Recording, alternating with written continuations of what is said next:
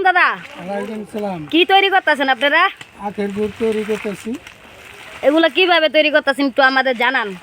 এগুলি আখে মেশিন দিয়া ভাঙতেছি আর চুলার মাঝে দিয়া জাল করতেছি, জাল করে গুড় বানাইতেছি। এগুলা কেজি কত করে? 250। 250। আপনার কোনখান থেকে আইছেন? গাজীপুর ডিস্ট্রিক্ট। গাজীপুর ডিস্ট্রিক্ট। আর কত মাস তুরি আছেন? 1 মাস।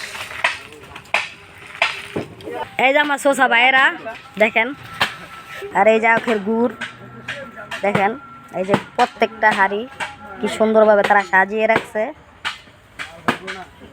প্রত্যেকটার কেজি হলো 250 টাকা করে। এই যে কোনো ভেজাল নাই, ভেজাল ছাড়া। যার যার লাগবো কুড়িবিড়া চলে আসবেন, বাগেশ্বর কুড়িবিটা।